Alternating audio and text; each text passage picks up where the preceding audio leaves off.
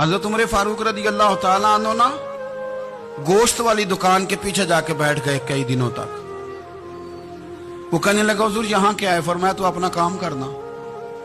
गोश्त वाली दुकान पे बैठे, काम कर अपना, निगरानी करने लगे हजरत उमर।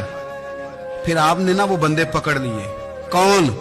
जो 2 दिन मुसलसल गोश्त खरीदने आए, पकड़ के खड़ा कर लिया। फरमाया तू कल भी गोश्त लेने आया था? हुजूर हाँ। फरमाया आज फिर खाएगा? हुजूर जी। तो आप फरमाने लगे क्या तेरे मोहल्ले से गुर्बत खत्म हो गई है?